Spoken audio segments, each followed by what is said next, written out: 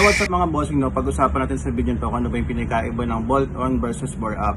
Okay, yung bolt-on mga bossing, ito yung pagkakabit ng mga performance parts tulad ng mga CVT parts, tie ball, center spring, clutch spring, power pipe, yan yun, yung mga kinakabit natin na hindi na kailangan buksan yung makina. Sa bore-up naman dito, binubuksan na yung makina, pinapalitan ng piston, cylinder para mas lumaki yung displacement. Okay, ano ba yung masulit sa dalawa? Bolt-on ba or bore-up? So depende yan sa objectives mo. Kung mga pang city driving, pang pasok sa trabaho, kung pang delivery rider ka, mas marirecommend ko na mag-bolt-on ka. Unang-una, mas tipid.